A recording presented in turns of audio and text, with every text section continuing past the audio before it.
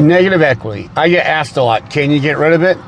Unfortunately, the simple answer is no. However, there are a few ways to deal with it. The key is finding the right financing structure to fit your circumstances. If you have negative equity, the best option is just to drive your vehicle until you've paid off about 80% of your loan.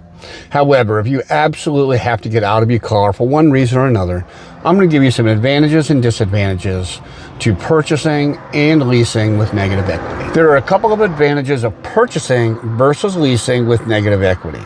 One of them being your payment should be lower with purchasing because you're financing a term over 5, 6, or 7 years versus a term of 2 or 3 years with a lease.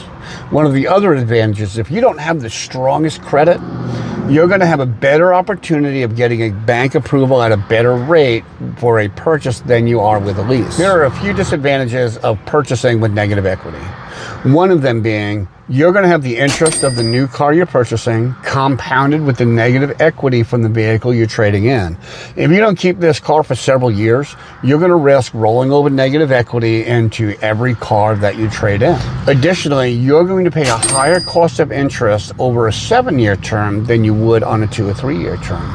And the killer is you're borrowing money to pay off borrowed money. When considering leasing with negative equity, some of those advantages and disadvantages kind of run into each other.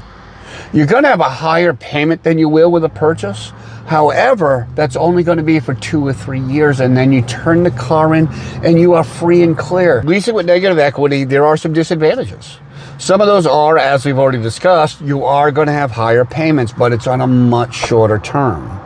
Some of the other things are just built in with leasing. You have to be careful for over mileage penalties, wear and tear penalties, and things of that nature. If you're a salesperson and you help people with negative equity, or if you have had negative equity and you've lived through this, leave some comments below. Let me know how you dealt with it, what worked for you, what didn't, and give some advice to the people that may be watching this to help themselves.